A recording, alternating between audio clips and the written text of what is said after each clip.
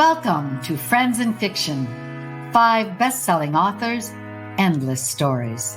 Friends in Fiction is a Facebook Live program with 5 best-selling novelists whose common love of reading, writing, and independent bookstores bound them together with chats, author interviews, and fascinating insider talk about publishing and writing. These friends discuss the books they've written, the books they're reading now, and the art of storytelling. If you love books and you're curious about the writing world, you're in the right place. Best-selling novelists Mary Kay Andrews, Kristen Harmel, Christy Woodson Harvey, Patty Callahan Henry, and Mary Alice Monroe are 5 longtime friends with more than 80 published books to their credit. At the start of the pandemic, they got together for a virtual happy hour to talk about their books, their favorite bookstores, writing, reading, and publishing in this new uncharted territory. They're still talking, and they've added fascinating discussions with other best-selling novelists. So join them live on their Friends and Fiction Facebook group page every Wednesday at 7 p.m. Eastern. Or listen and view later at your leisure on their podcast or on their website at www.friendsandfiction.com. Hi, and welcome to Friends and Fiction, our weekly Facebook Live show featuring author chats in support of independent bookstores. We are so happy to see you here. And wait, you may be wondering who exactly I mean by we. There's supposed to be 5 of us, right? Ladies, are you there? Ladies? We're here! So that's better. As you can see, we are together. Actually, 4 of the 5 of us are together in person for the first time, practicing social distancing, with the exception of Mary Alice, who has a family emergency and will hopefully be dropping in later this week. So let's begin, and we'll be talking about that in just a second. So I'm Kristen Harmel, and my next book is The Forest of Vanishing Stars, coming July 6th. I'm Christy Woodson Harvey, and my next book is Under the Southern Sky, coming April 20th. I'm Patty Callahan, and my next book is Surviving Savannah and comes out on March 9th. And I'm Mary Alice Monroe, and my summer book is The Summer of Lost and Found, coming out May 11th. And I'm Mary Kay Andrews, and my next book is The Newcomer, out May 4th. And this is Friends and Fiction. Welcome, everyone. Now I'm going to give these ladies just a minute to get back to their own computers. So as you can see, tonight is a very special night here on Friends and Fiction. Not only do we have #1 New York Times bestselling author Brit Bennett on, but like I said, 4 of the 5 of us are all together in one place, collectively for the first time. So Mary Alice, we miss you. We wish you could be here too. We're really hoping that you could make it to join us in just a couple of days, because it's obviously not complete without you. We are 5, right? You should be here. So we want you all to know we all took a rapid COVID test before coming. We have assigned seats in the house and hand sanitizer and Lysol everywhere. We are keeping masks on and keeping at least 6 feet between us. And we have a whole list of other precautions too. In short, we're not taking this lightly, and we know that none of you are at home either. And though we all seem fine, we're keeping our distance from each other while we're here just in case, which is pure agony, because all I want to do is hug them all repeatedly. But this virus is serious stuff, and we're serious about not taking any chances. But there were about 1 million decisions we all needed to make for the future of Friends and Fiction, for the future of this show, for the future of everything we're doing together, and we couldn't wait any longer. So let me just tell you briefly about our bookstore this week, and then we will introduce our amazing guest, who I know you're all very excited to see. We're so excited to talk to her. So named for historical heroine Harriet Tubman, Harriet's Bookshop in Philadelphia is our bookstore of the week. Harriet's is an independent bookstore celebrating female authors, artists, and activists. They have set up a special page for us on their bookshop.com storefront, which features a built-in 10% discount. So head to our Facebook page to find that link under announcements. You can get all of our recent books, plus Brit Bennett's two incredible books, The Vanishing Half and The Mothers.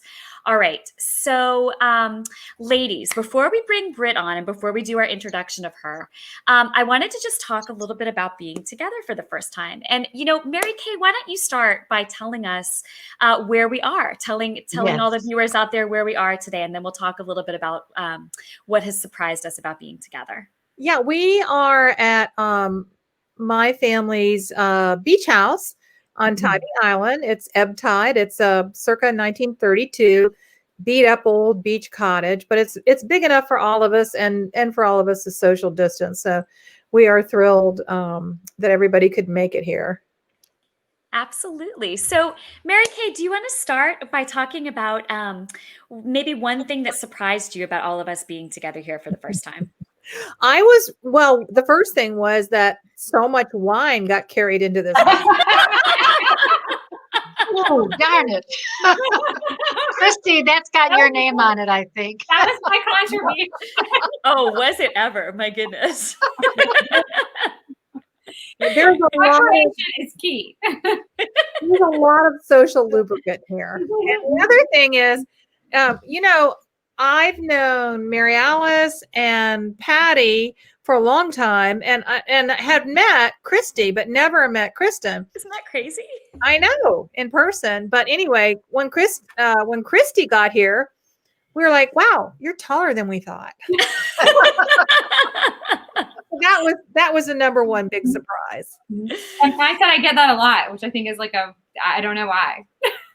That's funny. Well, and I always get, you're shorter than I thought. Christy, what's one thing that surprised you about us being all together? Oh gosh, it feels very normal. I think I was surprised at how it just feels like this is what we're always doing. And I was thinking it would feel a little stranger than it did, but it just felt like, oh yeah, here we are. Like normal. So, but I totally agree. Completely seamless. Like I've hung out with you guys hundreds of times before. It's so weird. You have. I know I have. I know this is like the new normal, right? Yeah. What number episode is this, y'all? Oh, I don't know. Oh, that's a good question. 30 something? I think it's got to be. Yeah. Our Savannah boy will tell us in a minute. Yeah, exactly. Patty, how about you? 31. Says episode 31. That's amazing. So, Patty, how about you? What was one thing that surprised you about being together? I knew I was really, the whole time I was driving here, I was just so happy. I was like, oh gosh, finally. And I think what surprised me when I got here was I had this immense sense of relief.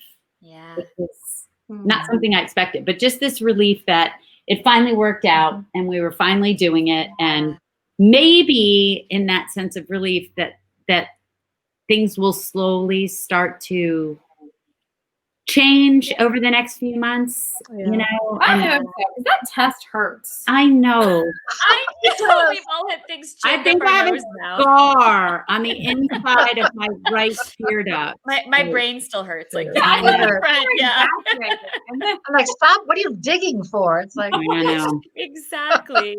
Mary So, Alice, just a sense of relief that maybe times are changing and we're not always going to be, we're always going to be here for y'all on the computer, but maybe there's a time we can slowly start to also be together. Yeah, that'd be so nice. You're right. It feels like we might hopefully be moving in the right direction eventually. Mary Alice, how about you? You're not with us right now. We're hoping you can make it down on Friday. What are you most looking forward to about spending some time seeing with us? you? I feel that I'm so far away, and I'm so grateful. Everyone should know that everyone in this room was so supportive of me when I had a little trouble at home, and it means a lot. So it doesn't have to be in person. I feel your love, and it means a lot. Well, poor Mary Alice is going to be stuck behind your computer all day tomorrow, zooming into our in-person. Yeah, I'm looking forward to it.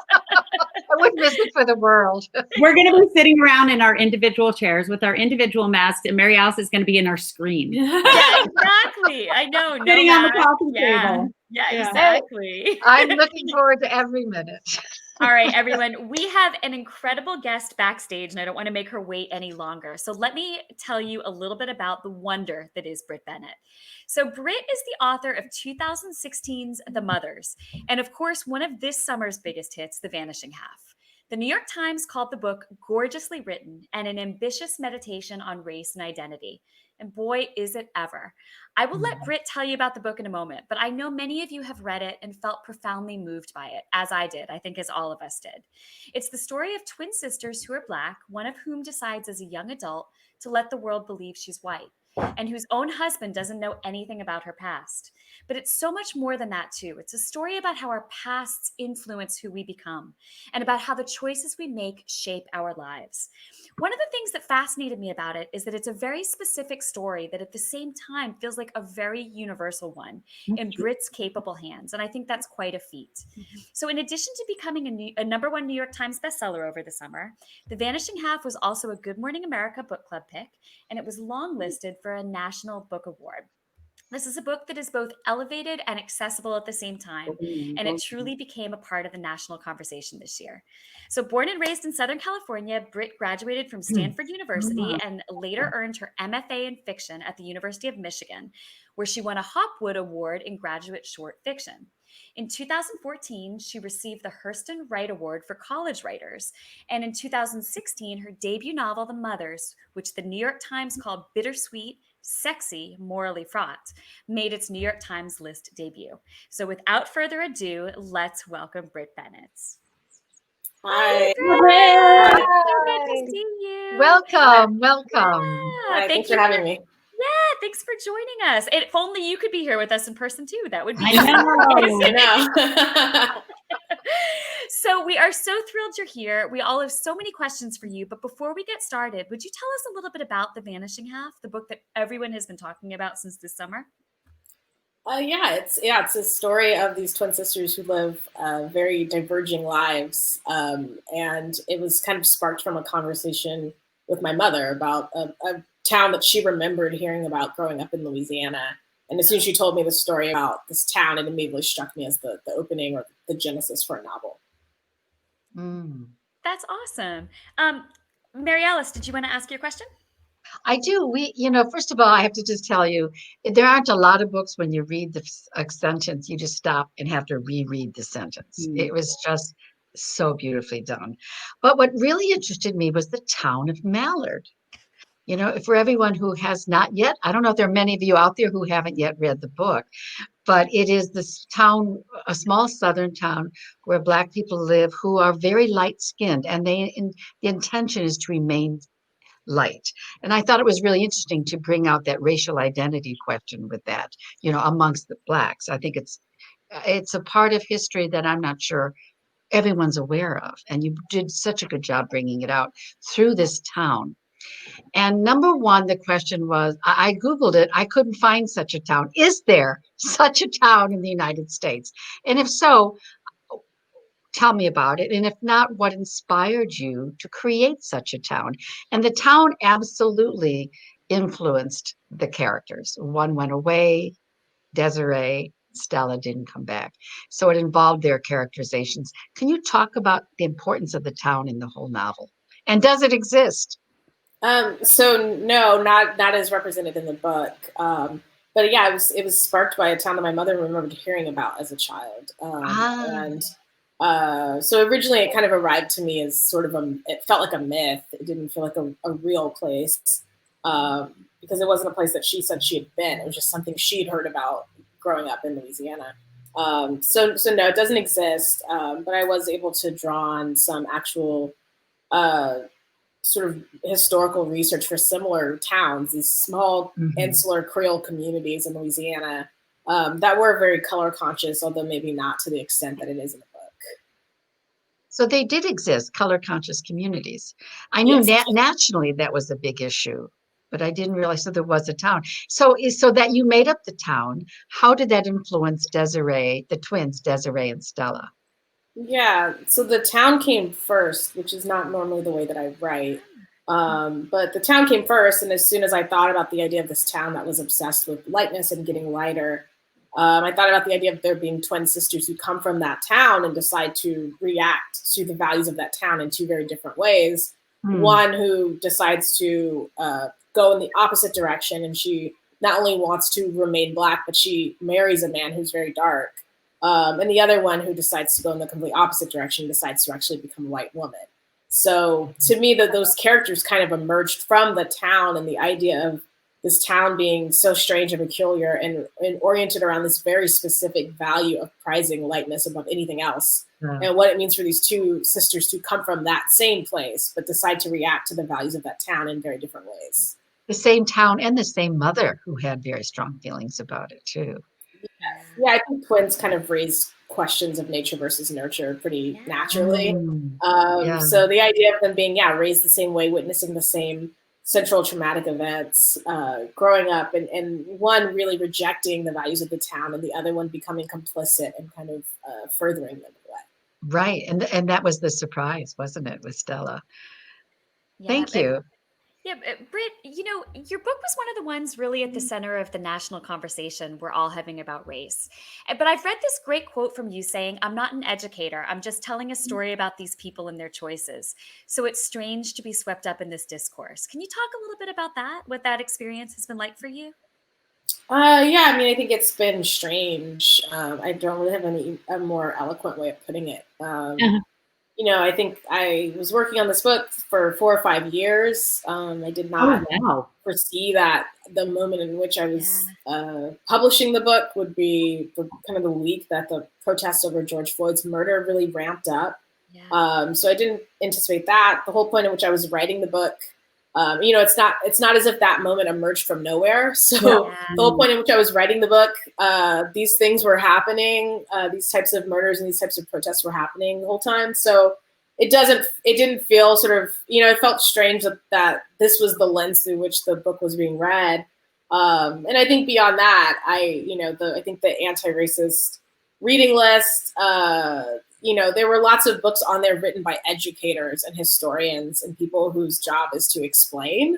And that's not what I do. I'm not somebody, I don't have answers, and I'm not particularly interested in providing them. I think that for me, it's always about pursuing the most interesting question. And I think in this book, it's just about questions. It's about questions that I was trying to figure out. And so it was strange, I think, to see the book kind of swept up in books that, alongside books that are meant to provide answers, because that's just not what I am capable of and not what I'm interested in.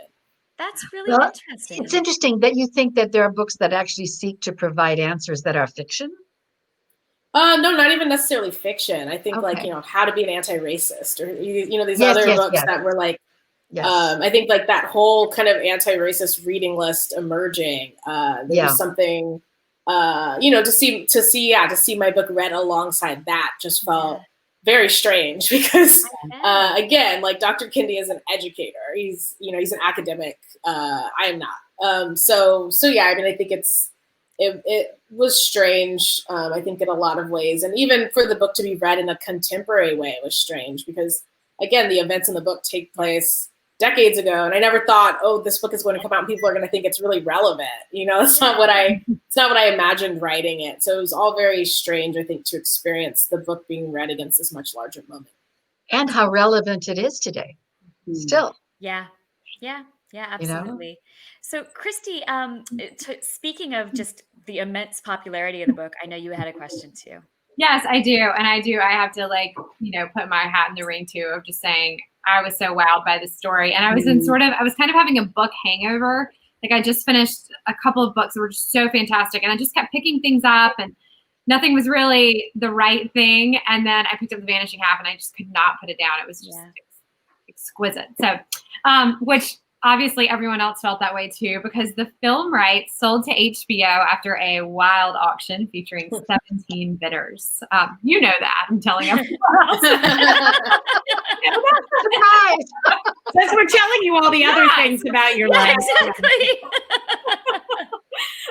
Can you tell us what it was like for you to go through that? And then is there anything you can tell us about the plans for the book on screen or for plans for the film version of The Mothers, which is being developed by Kerry Washington? And another thing we're telling you in case you didn't know that. I mean, it was as wild as you can imagine. It was just lots of calls. We just did it all on phone. We didn't even have like the Zoom. So it was just a lot of very chaotic phone calls with a lot of people just trying to talk and on these calls. And I think it was surreal. It was, it kind of happened all at once, it felt like, where we started to have a few people who wanted to talk to us, and then the next thing you knew, it was 5, then it was 10, then it was 15. And, you know, everybody was interested and was really enthusiastic, was really passionate about the book, and was really excited about it. So it became so much larger than I think we anticipated, the type of interest that we received. But I was really thrilled to land at HBO. I just think that they make such great television, and yeah, it's exciting to imagine what this will be like as a limited series there. I don't really have any other updates, to be honest. We are still assembling the creative team surrounding it, so I'm not adapting, but we're getting the writers together, we're getting the producers together and all of that right now. So nothing has happened beyond that stage right now. And as for the mothers, honestly, I have no idea. The last I've been told, you guys might know. I know. Yeah, the last I knew, they said they're still excited, they're still working on it, but that's the last I've heard. So that is completely at the mercy of the development gods at this point. But it's exciting regardless to have that type of interest, and to imagine the books translated into a different form is fun. Yeah. Oh, I can't imagine. Absolutely. Congratulations. That's very cool. It is. Thank you. Exciting. Mary Kay, did you have a question? I do, but it's not the question I planned to ask. Ooh, I like it. So, you know, Very good, keeping us on our toes. I know. Throwing us a curveball. I think I told you earlier, I was listening to the audio when I was driving down from Atlanta to Tybee. And when I heard the character of Early, when you first introduce him, he is sharing fruit with Desiree, who he kind of has a crush, and he's a teenager. And somewhere in there, too, you have the really devastating scene where the girls basically are listening in on their father's lynching. And I kept thinking about Strange Fruit, you know, the Billie Holiday song. Did that influence you at all? Or am I just making connections that don't exist? You know, I have to say that wasn't a connection that I personally made. But I think that is like a really interesting reading of that. I think, yeah, you know, I think the early stuff I enjoyed writing, because I think that there's a lot of it in the two scenes that you have described, I think speak to in part some of the duality within this book, which is that there are moments of really intense brutality, but I think there's also these moments of sweetness. And I think that scene of him courting Desiree by bringing her this fruit, and that's kind of all. He's not somebody who has really much to give her, but that's what he can give her.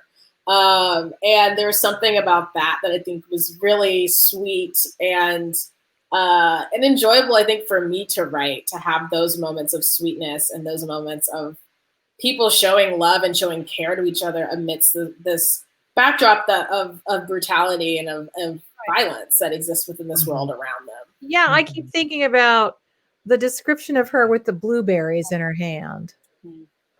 You know, and she scatters them when her mother shows up and, you know, basically chases Early away. Yeah. I wonder if that was like a subconscious thing. If you'd ever, like, I don't know about you, but as a writer, for me, lots of times I write things and then later I find out that somehow subconsciously I've absorbed something. Yeah. I mean, that could be true. Yeah, I think so. I mean, I never knew what Strange Fruit, you know, the big Billie Holiday song was until I read something about it, that it's about a lynching. Yeah. Yeah, it's a very haunting song. Yeah, wow. It totally is. Okay, I wasn't supposed to ask you that question, but I did anyway. No, that's an interesting question. That's awesome. Patty, would you like to ask your question? Brit, I have to tell you, I have total writer envy. The way that you can dip in and out of time is nothing short of masterful. You dip so close, we can smell the blackberries in her t-shirt, and then you rise up and fly back to the ease of time and space. And while I was reading and listening, because this is one of those books that got the book and the audio. So while I've been reading and listening, I kept wondering about your background. And we have this question that we ask every week to people. And I wanted to ask it of you, which is, what were the values around reading and writing in your household when you were growing up? And how do you think that shaped not only you as a writer, but this story? Yeah, that's an interesting question. I mean, I think that I feel fortunate in a lot of ways that, I mean, I think my mom, well, first I'll say my mom was the big reader and is still the big reader in my house. So my mom was really the person who kind of instilled that into me, my interest in books. And, you know, I grew up experiencing books as a form that was very free. Like my parents did not care what I read at all. They didn't like, you know, they were kind of judgy about music with the cussing, and they didn't really let us watch like rated R movies. And they were kind of like, they would censor that a little bit. But with the books, they did not know what I was reading. They didn't really care. They were just kind of glad I was reading. That's awesome. And my older sister worked at the library, so she was just like my hookup. Like I would get so many books through her, or whenever like she was done reading them, I would read them because she didn't have like, you know, she just cleared her own late fines, so she didn't have to. Like, we could just like, she just cleared it herself if it was late. So yeah, so. And she was like my, you know, like my book plug that I went to. Wow. And that was how I got so many books, was either through her or the books that my parents just had on the shelf that I read. And that was really important to me. I think it supplemented the books that I read in school, which were not particularly books that I was interested in. Right. So it was, a lot of it was the books that my parents had on the shelf, and they had a lot of sort of classic books. Or the books that I read in the library, which was just like anything that I wanted to read because my parents didn't monitor or censor it. So I think that was important to me, was having books be a place of absolute freedom. And my sister, like working at the library, would tell me about people like parents who would come in and have to look through their children's books before allowing them to check them out. Oh yeah. And I just remember always thinking like, oh, that's awful, because like there were a lot of books I read that I should not have been reading. But like, I think it's important for that to be a space that can be private and can be free for you as a person who's growing up. And to me, that's an association that I have with reading and still with writing. What did your sister think about you now that your librarian sister, the one who works in the library, now that you're a great author? What does she think? I mean, yeah, my whole family is very supportive. My sister has probably been to the most of my like Zoom events out of anybody. She goes that's so many great. She could go to. But yeah, that was so important to me to have. You know, my direct line to the library was just, I would just ask her like, hey, can you get me this? And she would always be able to like bump me up to the front of the line to get the books that were on hold. We subverted the system in a lot of ways. We probably weren't supposed to do that. But now your book is like number 400 on the waiting list at the library. I know, right? Exactly. So instead of her being the vanishing half, she was like your book thief. Like, pretty much. That's funny. That's why I love that question so much, because we find these little peeks into the writers that we become, to this little tiny lens that we don't talk about that much, but that is fascinating. And probably all of those books that you read that might not have been allowed, like snuck their way into who you are today. It's fascinating. Yeah. Really Was there one book that you remember your sister hooked you up with that you were just like, yeah, this is it. This is my jam. You know, it's hard because I remember I would read like a lot of different romance novels. And I remember enjoying this because like my parents were not going to have romance novels. That just wasn't what they had on the shelf. So I remember reading some of those. I just remember the thing that I miss about how I used to read as a kid was that I read so widely. Like you're not like a snob when you're a kid. You don't have any type of, I mean, at least I wasn't. Maybe some people were, but I just read so widely. I read everything. I read YA, I read romance, I read mystery, I read whatever I wanted to read. I had no sense of, I don't like science fiction, or I don't like, I didn't have any sense of that. So I just remember just reading so widely, and often reading things that she had finished and kind of passed on to me if she was done with it. But just reading so widely, and in that space of not being judgmental and just being free to read whatever. Like that's the feeling I think I continue to chase as an adult, but it's hard because you develop preferences, or you kind of put yourself in boxes sometimes of what types of things you like and what types of things you don't. If we could just give that to every kid, Brit, right? That feeling of being able to go into a library and choose their adventure without censorship. Yeah. Think of all the worlds that would be opened. You're absolutely right. Yeah. So as you all out there know, one of the reasons we do this is to support independent bookstores. And as we mentioned, we have a great one this week. Mary Kay, did you want to tell us a little bit about the bookstore of the week? Yes, it's Harriet's Bookstore. And it is, Brit, where is this bookstore? I think it's in Philly. That's where I grew up, in Philly. Yeah. So Harriet's Bookstore is the indie bookseller of the week. You can see the link to it, and they are going to give us a discount. Yep, they have 10% off at on their bookshop.org page. Yes. I really like this. When she opened, the owner is a woman named Janine Cook, and when she opened the store earlier this year, she described her store to Philadelphia Magazine as if Black Girl Magic were a bookshop. So it's really become, from what I've read, a very magical place. And they're kind of extending this magic to you by offering these books with this 10% discount. So the link is up on our Friends in Fiction page. And I'm just realizing I need to pin it to the top again, but I will do that as soon as the show is over. So and if you purchase $50 worth of books, you're going to get a really nice book bag.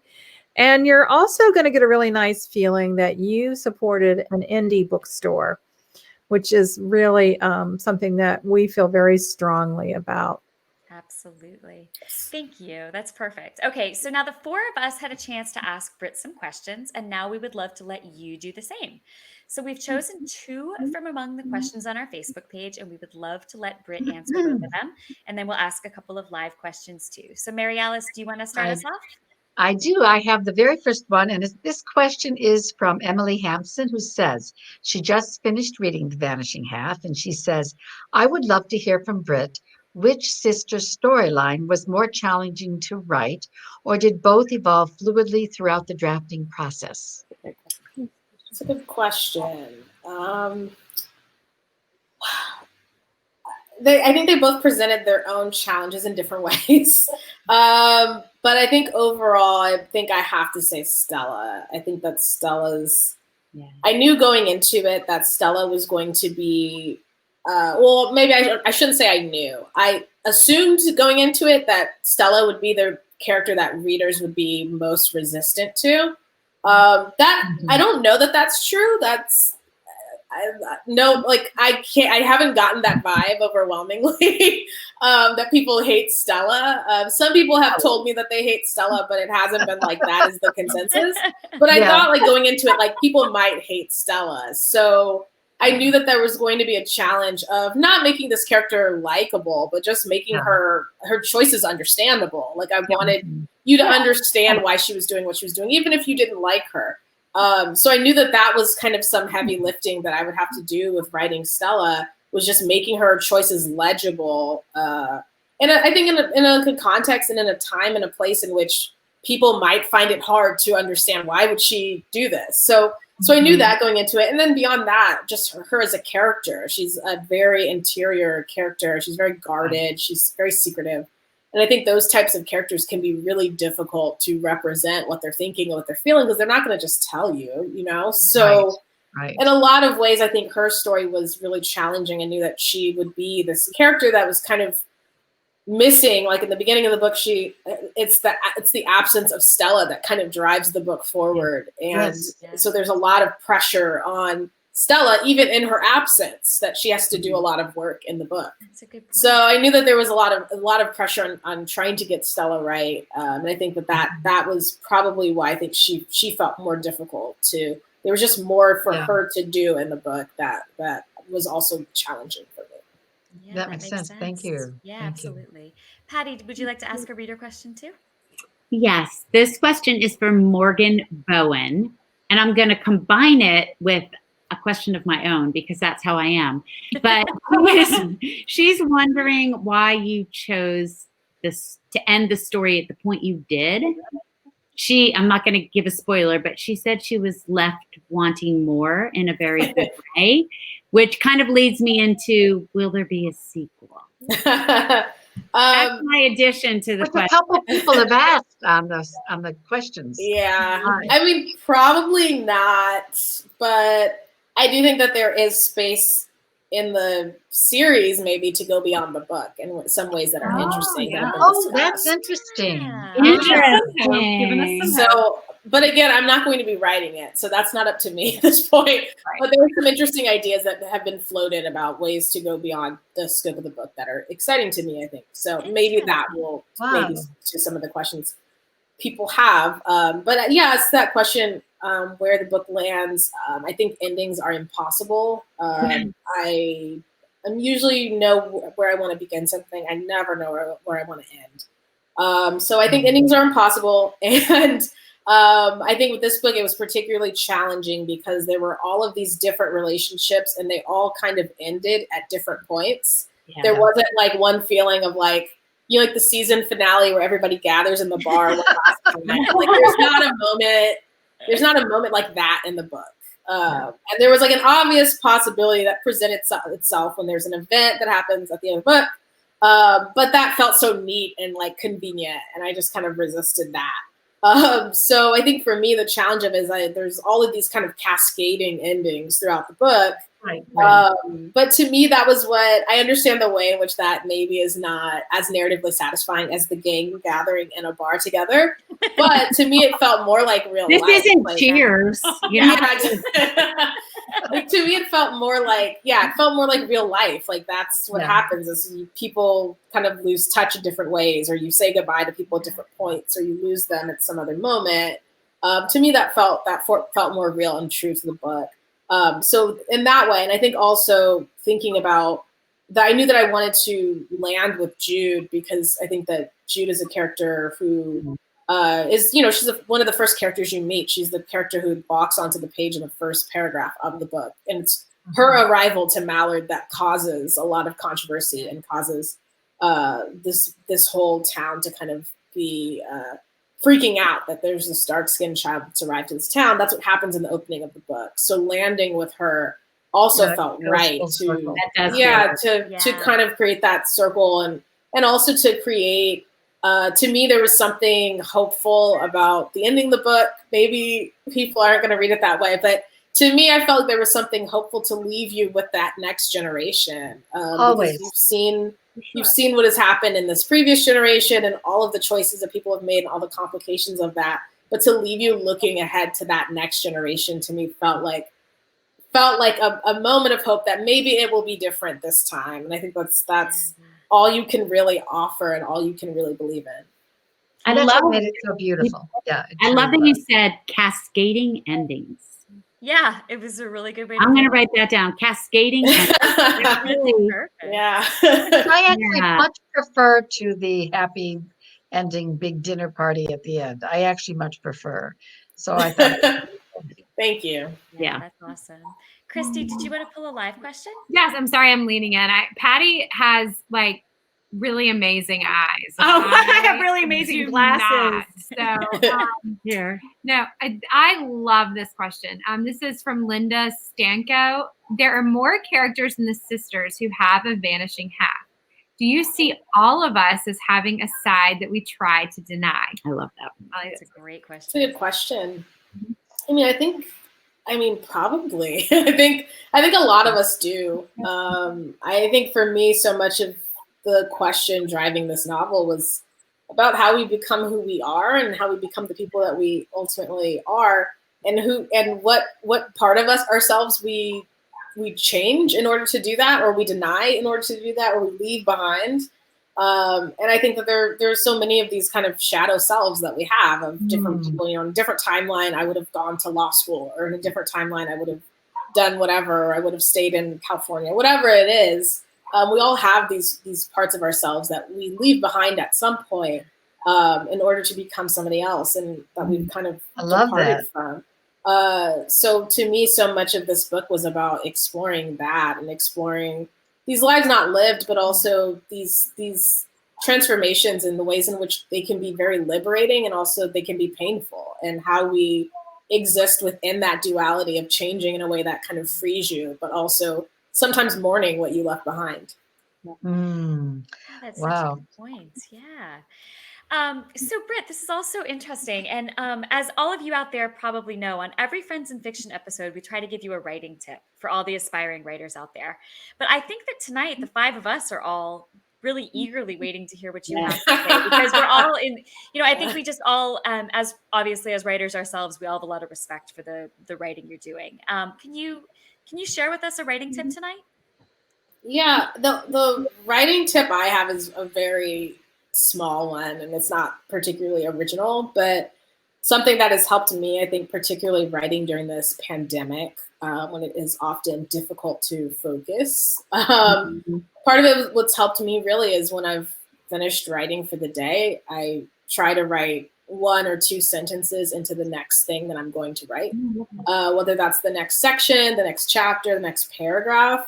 I give myself a 2-sentence head start heading into the next day. And to me, that's been so helpful, because there's truly nothing more intimidating than sitting down to write and staring at a blank page. So when you give yourself that little head start, you take away the stress of staring at that blank page. Even if it's something that you wake up the next morning and you don't like where that was going, you want to go a different direction. It's just psychologically so helpful to have something on the page when you're starting. And it's also, I think, so much easier when you're already in the rhythm of writing to do an extra 2 sentences than when you're sitting down and now you have to create that from nowhere. So that's been something that I've been really trying to do, is just when I find myself reaching a stopping point, instead of stopping at the end of that chapter and being like, getting that feeling of completion that you finished something. Instead, that's such a good rush, and I enjoy it, but I try not to let myself stop there, and instead push myself into okay, what are 2 sentences toward what I'm going to do tomorrow? And then I stop there, because I think that it psychologically is just helpful to not be intimidated by that blank page when you sit down the next day. That's a really good idea, because you do get intimidated the next morning with the blank page over and over again. Yes. Yeah, and I think it takes so much longer to start. Like, you may take an hour to write 2 sentences that next day, where you could have done the 2 sentences that day, because you're just kind of in the rhythm of doing it. I think it's just starting cold is a lot harder than once you've been going. I'll tell you, Brit, I've been doing this for a long time, but I haven't done that. But I think I'll try it. It's a great tip. Brit, that makes me wonder, do you outline, or do you just sit down and go? You just have so many interesting, interconnecting storylines. I'm kind of wondering how you juggle them. Thank you. I don't outline. I have a very inefficient way of writing, which is just following wherever the story leads me. And just dealing with the fallout later. So that's awesome. It's not like I wouldn't recommend my process to anybody, but I've finally the new thing I'm working on, I've finally started using a timeline of just like events of the story. God, yes. You'd be surprised that, it's helpful to know where you are in time and to know what things have happened before or after other things. Who knew? This is the first time I've done that. So that's timelines are my nemesis. Well, we're laughing because this is so relatable. This is, Like every book, I'm like, what year was it again? Maybe it's already down. Exactly. Then having all these problems. Yep. Yes, the story math. Yeah. The story math. I love it. God. That's why all of us write words and don't deal with numbers. Exactly. Brit, can you tell us anything about what you're working on now? Yeah, I want to say it's still very early, but it's about singers. It's a book about these two singers who have a lifelong feud. Cool. So it's fun. It's Love been it. a fun book. I mean, it's a fun book to write. It's about music, and it's fun to write into this world that is very larger than life, and also to write into a world that's very different than our socially distanced world right now. Thinking about parties and concerts and those types of things. Right. So it's been a lot of fun to spend my time working on that book. That's awesome. That's cool. I I'm can't looking wait. forward Sounds to it. great. It's a great concept. Thank you. Brit, we also love to give book recommendations on the show. Do you have anything you've read recently that you might want to recommend to our viewers? I read recently Such a Fun Age by Kylie Reed, which was so for good. my friend book club, and such a fun, just like propulsive. I mean, I'm not a fast reader. I'm a very slow reader, and I just ripped through it. So that's a great book. I think particularly if anybody is in a rut or struggling to finish anything right now, that's a great book that will jolt you. And I also really love the book Feast Your Eyes by Mila Goldberg, which is written in the form of an art catalog. A friend who's a bookseller who recommended it to me, and she's described the narrator is describing photographs that you never actually see, but there are captions to these photographs, and that is weaving together the story of her mother, who was a famous photographer in the 60s, 50s. 60s. So that book was heartbreaking, but so beautiful and just amazingly. I don't know how she did this, but I love reading a book that gives you that feeling where you're just this person did something I could never do, and that's amazing. So I love that book a lot. That's awesome. Great recommendation. Thank you. Mary Alice, I think you have a book recommendation I do. too. Thank you. I'm reading, just finished. Can you see Fanny Flagg's The Wonder Boy of Whistle Stop? And what I absolutely loved it. It's I loved fried green tomatoes at the Whistle Stop Cafe. It was really a landmark book when it came out. It was really popular. And the movie, I watched it recently in preparation for Fanny Flagg's visit. Just as fabulous. I mean, Brit, when a movie's made that's really good, it really ties the book into the memories and the hearts of your readers. And this one, The Wonder Boy of Whistle Stop, is Buddy Threadgood, who lost his arm, if you remember, in the original book. And he returns to Whistle Stop. What I didn't expect is that even more so than your book, Brit, you bounce around time a lot in this book. And so it makes it go fast, but it also links the story together.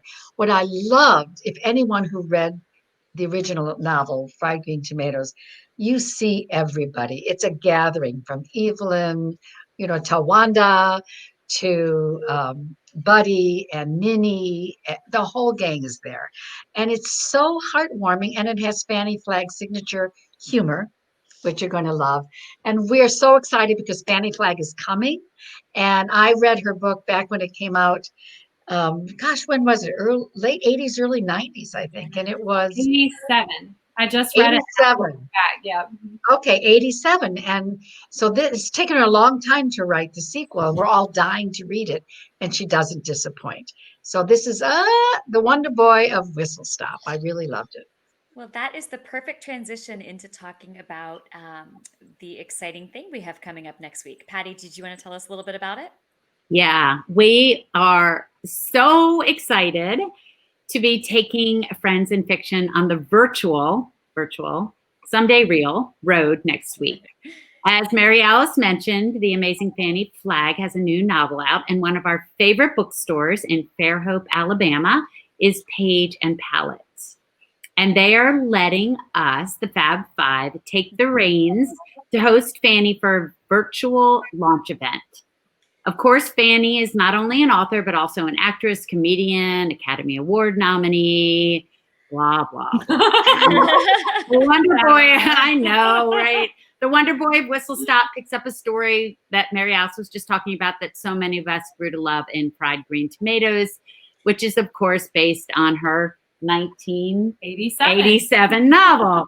So if you purchase your copy of The Wonder Boy of Whistle Stop from Page and Palette, not only will your book be autographed by not me, but Fanny Flagg, and you can join us next Thursday, November 12th at 7 p.m. for a Zoom chat with Fanny herself. We will post all the details under announcements on our Friends and Fiction page. I want to mention one book really quick. I know it's out of order, but I want to mention this book that is out now by a Dublin publisher called The Epicurean by Charles McNair. And I know Kathy knows Charles too from Decatur, Alabama. And Decatur, Georgia, but he's from Alabama. And his new book is a fairy tale book. And I just found it this week and woof. So I just wanted to throw that out there along with it. So. And we will post all these books on our Friends and Fiction page. So a lot of you asked, what was the name of that book? Yeah. So we'll post them all. Yeah, we'll do it after we sign off tonight. That's perfect. And Mary Kay, you'll be hosting us next week on November 11th. What? Get it together, lady. The day before our Fanny Flagg extravaganza right here on Friends and Fiction. Can you tell us a little bit about next week's episode? Yes, next Wednesday at our regular time, 7 p.m., we'll be welcoming New York Times bestselling author Caroline Leavitt to the show. She is one of the founders of A Mighty Blaze, which is an amazing online book group, and she'll be letting us all know about her latest novel, With or Without You.